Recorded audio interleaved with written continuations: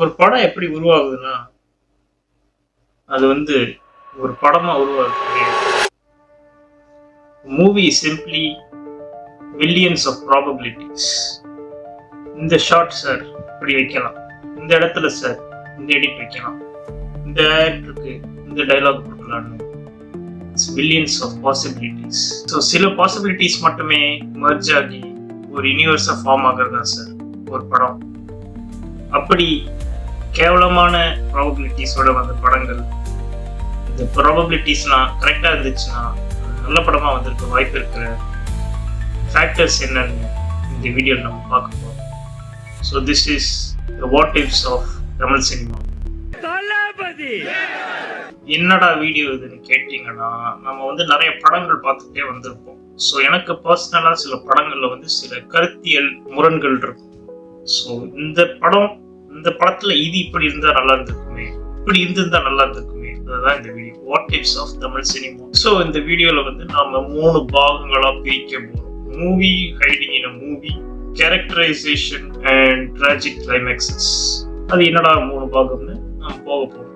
So முதல் பாகத்துல என்ன பார்க்க போறோம்னா, movie hiding in a movie. ஒரு படம் ஒன்று இருக்கும் சார். படம் சரியா போகாம இருந்திருக்கும். ஆனா அதுல ஒரு குறிப்பிட்ட ஒரு ரைட்டிங் ஒண்ணு இருக்கும். அந்த ரைட்டிங் மட்டும் அவ்வளவு கன்வின்சிங்கா இருக்கும். இதுவே ஃபுல் படமா பண்ணியிருந்தா செம்மையா இருக்குமேடா அப்படின்னு தான் கான்செப்ட். இப்படி தோணுன 2 படங்கள் தாண்டவம் அண்ட் எங்கேயும் எப்போதும். ஏன் தாண்டவம்னா, தாண்டவம் பாத்தீங்கன்னா it's actually 2 films written as the same film. அதாவது தாண்டவத்துல அவனுக்கு கண்டு தெரியாம போயிடும். அது ஒரு கிரைம் த்ரில்லர், அந்த மாதிரி ஒரு ஃபீல். அப்புறம் பிளாஷ்பேக்ல பார்த்தோம்னா ஒரு டும் மாதிரி ஒரு இன்ட்ரெஸ்டிங்கான ஒரு arrange marriage to love marriage கான்செப்ட்ல ஒரு writing. Arrange marriage to love marriage stories, love stories என்னோட favourite genres for sure. So அது எனக்கு இன்னும் என்ன சொல்றது, அதுவே ஃபுல் படமா வந்துருச்சுன்னா, லைக் சப்போஸ் அவன் அந்த ரால இருக்கான், அதெல்லாம் ஓகே, ரால இருக்காப்ல. அப்புறம் அனுஷ்கா கல்யாணம் பண்றாரு. அப்புறம் அப்படியே அந்த கதை எப்படி அவங்க கடைசியில சேர்றாங்க அப்படின்னு காட்டியிருக்கலாமே, நல்லா இருந்திருக்குமே. தாண்டவம்னு தூக்கிட்டு ஆனந்த தாண்டவம்னு வச்சிருந்தா நல்லா இருந்திருக்கும்.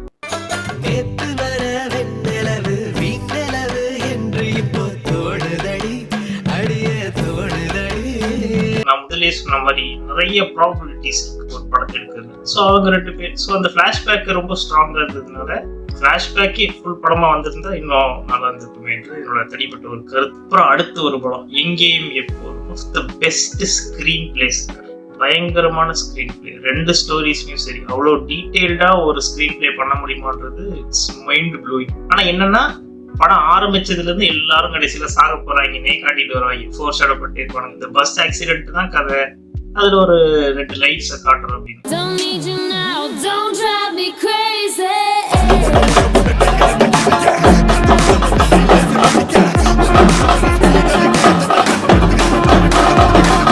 I don't talk about the bus accident. I want to know what happened to these lives. The 2 lives ஒரு பஸ் ஜர்னில கனெக்ட் பண்றோம். அந்த பஸ் எதுக்கு ஆக்சிடென்ட் பண்ணுவானே, நீ பஸ் ஆக்சிடென்ட்டா பண்றதா இருந்தாலும் கடைசியில 2 பேரும் நல்லா வாழ்ற மாதிரி காட்டிட்டு போக வேண்டியது. எதுக்கு தேவையில்லாம ஜெய் கொண்டு நீ, எதுக்கு கொண்டு நீ? ஆக்சிடென்ட் ஆனதுக்கு நம்ம பண்ண முடியும். ஏன் சார் ஆக்சிடென்ட் நடக்கணும்? இவன் என்னங்க போவணும்? சாமி வாய்ஸ் எனக்கு தோ போயினாலதான்.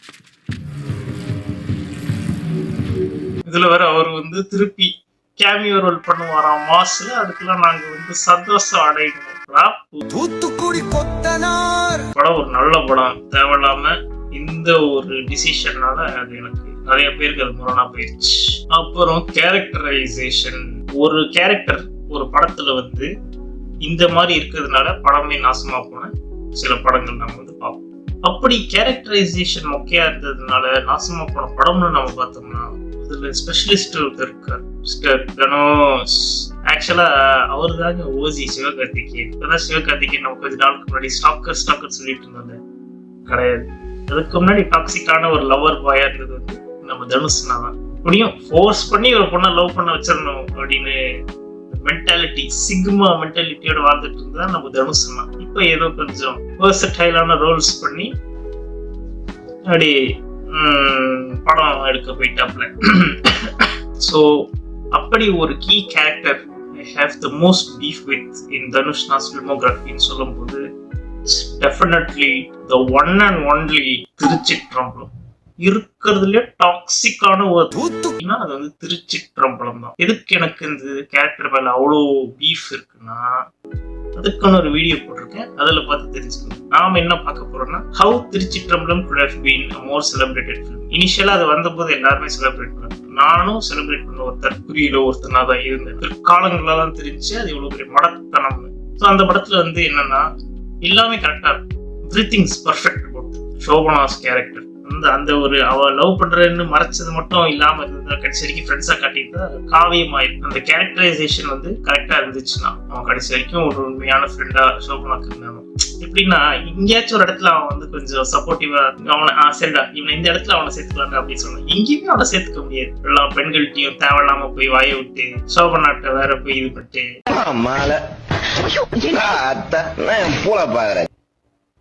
I don't like that guy, guys. I hate that guy. If you like Tiruchitrambalam, please reconsider your life choices. என்னன்னா இந்த இட்லி கடை vs the dragon. நீலடா இருமே.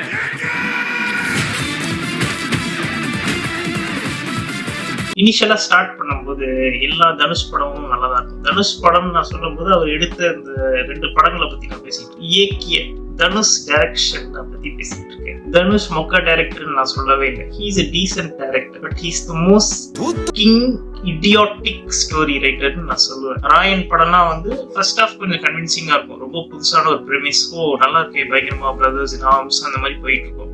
Second half predictable as புக்கா இருக்கும். என்ன பண்ண போறாங்க, இவன் சாக போறான் அப்படியே கண்ணு முன்னாடி நடந்து போகும்.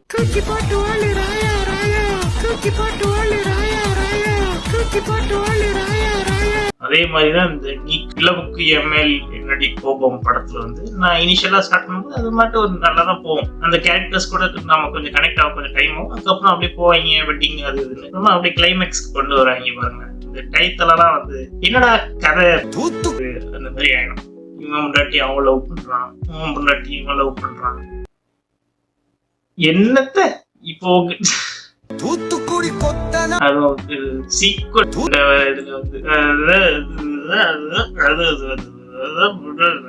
இட்லி கடையே சப்போஸ் நாளைக்கு வந்தாலும் இட்லி கடையில வந்து ஸ்டோரின்னு ஒன்று இருந்தாதான் தப்பிக்கும். நீ என்ன நல்லா டைரக்ஷன் பண்ணாலும் ஸ்டோரி மாதிரி இருந்தா நம்பிக்கை விடாமுயற்சி, கதை நல்லா இருக்கணும், அதே நேரத்தில் கேரக்டரைசேஷன்ஸும் நல்லா இருக்கும். So with that we move on to the last segment, tragic climaxes. இதுதான் மோஸ்ட் ஆப்வியஸ். ஒரு படம் தூக்குறதுக்கு இல்ல நல்லா இருக்கிறதுக்கு ஒரே ஒரு ஃபேக்டர் வந்து எப்படி கிளைமேக்ஸ் முடிக்கணும். ஸோ ட்ராஜிக் கிளைமேக்ஸ்னா ஹாப்பியா ஒரு படத்தை காட்டுறாங்க, பயங்கர ஹாப்பியா ஒரு படத்தை காட்டுறாங்க, கடைசியில் அம்புட்டு பேரி கொள்றாங்க. This is the problem Prabhu Solomon and பாலாமாமா ஹேஸ். பாலாமாமா கதையில நம்ம எல்லாருமே கன்வின்ஸ் ஆயிட்டோம். ஃபர்ஸ்ட் ஆஃப் ஜாலியா போவோம், காமெடி பண்ணிட்டு எல்லாம் சிரிச்சு விசில் அடிச்சு பார்த்துட்டு இருக்கோம். அப்புறமா வந்து செகண்ட் ஆஃப் கிளைமேக்ஸ் நெருங்கிடன்னு எல்லாரும் செத்து போயிடுவாங்க, ஹீரோவை தவிர. இல்லை ஹீரோவை செத்து போயிடும், வேற எவனாச்சும் கொண்டுருவோம். அதே தான் பிரபு சோலமன் படத்துலையும் அவரும் வந்து செகண்ட் ஆஃப் வரைக்கும் அவர் நல்லா கொண்டு போவாரு. அதுக்கப்புறம் கிளைமேக்ஸ் அப்படி பெரிய போட்டு தள்ளிடுவாரு. ஸோ எதுக்கு போட்டு தள்ளுற, உனக்கு என்ன அவார்டுக்கு ட்ரை பண்றியா, எதுக்கு கஞ்சா அடிச்சுட்டு இது செகண்ட் ஆஃப் எழுதுறியா, எதுக்குன்னு தெரியாது, மட்டும் பெரிய கொண்டு வாங்கி. நான் ஒரு வாட்டி ஒரு கொரியன் சினிமேட்டிக் ஆர்டிஸ்டோட பேசிட்டு இருந்தேன். அந்த உள்ள சொல்லிட்டு இருந்துச்சு, இன்னும் லைக் ஒரு சேட் எண்டிங் இருந்தாதான் வந்து ஆடியன்ஸ் வந்து நாம அப்படியே நினைச்சு நிற்கும் அவங்க மனசுல. என்னோட வாதம் ரொம்ப சிம்பிளான வாதம். லைஃபை விட ஒரு சேடான ஸ்டோரி அவனா சொல்லியிருப்பான். ரியல் லைஃப்ல எவ்வளவு துன்பங்கள் இருக்கும், அவனே ஒரு எஸ்கேப்பா தான் அவன் படத்தை பார்க்க வரான். அங்கேயும் வந்து நீ அவனை ரிலேட் பண்ண வச்சுட்டு அப்படி பெரிய கொள்றியே, நியாயம். அதே மாதிரிதான் அந்த நான் மகாநல்லையும் இருக்கும். நான் மகாநல்ல வந்து அந்த வாழ்வியல் நல்லா இருக்கும். ஒரு பியூட்டிஃபுல் செட்டிங். அது அந்த ஃபேமிலி, கார்த்தியோட அந்த ஃபாதர் கேரக்டர், ஃபேமிலி, அவங்க ஃப்ரெண்ட்ஸ் எல்லாம் சூப்பரா இருக்கும். அப்படியே ஒரு ஜாலியா கொண்டு போகணும் அந்த படத்தை. அப்படியே போயிட்டு அவன் எப்படி அவன் வந்து அச்சீவ் பண்றான், எப்படி கடைசியில கஜலகரவால கல்யாணம் பண்ணிக்கிறான் அப்படின்னு கொண்டு போயிருந்தாங்கன்னா அது காவியமாயிடும். தேவையில்லாம பாவமா இருப்பாங்க, ரேபிஸ்ட்னு 4 பேர் இருப்பாங்க, பாவமா இருப்பாங்க. அவங்களை பார்த்தா எனக்கே பாவமா இருக்கும். அவங்களை கூட்டிட்டு வந்து ரேபிஸ்ட் நடிக்க வச்சு எல்லாத்தையும் கொண்டு. ஸோ ட்ராஜிக் கிளைமேக்ஸஸ் வந்து என்னோட பர்சனல் ஒப்பீனியன் வந்து it's not necessary. Because cinema is escape. ஒருத்தன் வந்து ஸ்ட்ரெஸ் எல்லாம் மறக்கணும்னு படத்தை பார்க்க வந்து அவனை இன்னும் வந்து மனசை புண்படுத்தி அனுப்பாம அவனை குசிப்படுத்தி அனுப்புறதுதான் ஒரு நல்ல சினிமாவுக்கு அழகு. அதே மாதிரிதான் வெண்ணிலா கபடி குழுன்னு ஒரு படம் எல்லாம் நல்லா தான் போயிட்டு இருந்துச்சு. எதுக்கடா தேவையில்லாம அவன் மேல விழுந்து அவனை கொள்றீங்க, சம்மந்தமே இருக்காது சார். எதுக்குதான் சில பேர் இந்த மெயின் கேரக்டரை கொள்ளுவாங்களே தெரியாது. அதை வச்சு இந்த மெய்யழக டேரக்டர் ஒன்று பண்ணிருப்பாப்புல, இந்த பாம்பை காட்டிக்கிட்டே வருவாப்புல. அப்புறம் கடைசியில போய் கதவை தட்டும் போது எவனுமே கதவை திறக்க மாட்டான். ஐயோ என்னாச்சு, பாம்பு போட்டுருச்சா, நம்ம இப்படி மைண்ட் செட் பண்ணி வச்சுட்டாங்க நம்மள. ஐயோ மெய்யழகன் செத்துட்டானா, சரிக்கும் பார்க்க முடியாது அப்படின்னு இப்பயும் பயந்துட்டே இருப்பாங்க. இந்த பயத்துல விளையாட ஆரம்பிச்சுட்டாங்க இப்பெல்லாம். அங்க ஒரு கோப்ரா இருக்குன்னா நீங்க அதை அப்படியே உட்காந்து மணிக்கணக்கா பார்க்கலாம். It is so majestic. எதுக்கு ஷாஷாங்க் ரிடெம்ப்ஷன் நல்லா இருந்துச்சுன்னு நினைக்கிறேன். அவன் ரொம்ப ஈஸியா அவன் தற்கொலை மாதிரி பண்ணி காட்டியிருக்கலாம், இல்ல அவன் தப்பிக்காமலே இருந்திருக்கலாம், இல்ல கடைசி வரைக்கும் என்ன நடந்துச்சுன்னே காட்டியிருக்காம எல்லாத்தையும் காட்டுவாங்க.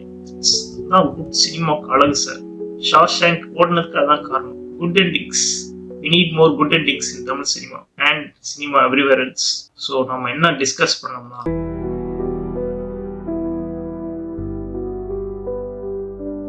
ஒரு நல்ல படங்கிறது வந்து நிறைய டிசிஷன்ஸ் வந்து ஸ்ட்ரிங் ஆக்கி அதெல்லாம் ஒரு டிசிஷன் ஆகும். So it's like a coin flip. It's either a good decision ஒரு bad decision at the end of the day. So எப்படி ஒரு நல்ல படத்தை காப்பாற்றுறதுன்னா நிறைய பெர்ஸ்பெக்டிவ்ஸ் தேவைப்படுது. நிறைய பெர்ஸ்பெக்டிவ்ஸ் இன் த சென்ஸ் நமக்கு வந்து மற்றவங்களோட ஒப்பீனியன்ஸ் நிறைய தேவைப்படுது. நான் தாண்டா படம் எடுத்துருங்க, படம் மாசுடா அப்படின்னு நீ வந்து இன்னைக்கு நினைக்க கூடாது. எல்லாருக்கும் எத்தனை பேருக்கு வந்து உன் டிசிஷன் கரெக்டா இல்லையான்னு கேட்டு அவங்களோட இன்புட்ஸ் வாங்க. இந்த collective taste of audiences is what makes a movie good or bad or ugly. எல்லாருக்கும் பிடிச்சிருக்கணும்னு ஒரு படம் அவசியம் இல்லை. நான் யாருக்குமே பிடிக்கலன்னா அந்த படம் யாருக்குமே பிடிக்கலன்னு அர்த்தம். அத்துடன் இந்த காணொலியை முடிக்கிறேன்.